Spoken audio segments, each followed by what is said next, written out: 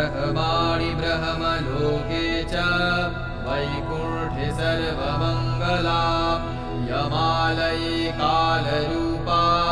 कुबेरभवने शुभा सुरसा च मणिद्वीपे लङ्कायां भद्रकालिका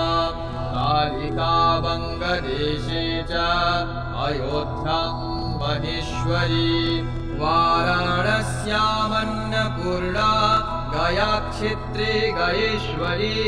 कुरुक्षेत्रे भद्रकाली प्रदे कात्यायनी परा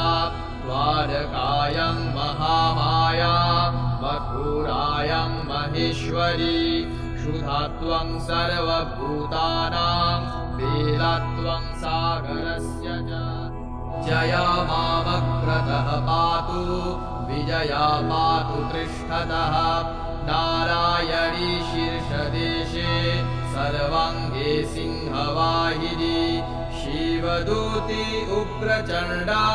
प्रत्यङ्गे परमेश्वरी विशालाक्षी महामाया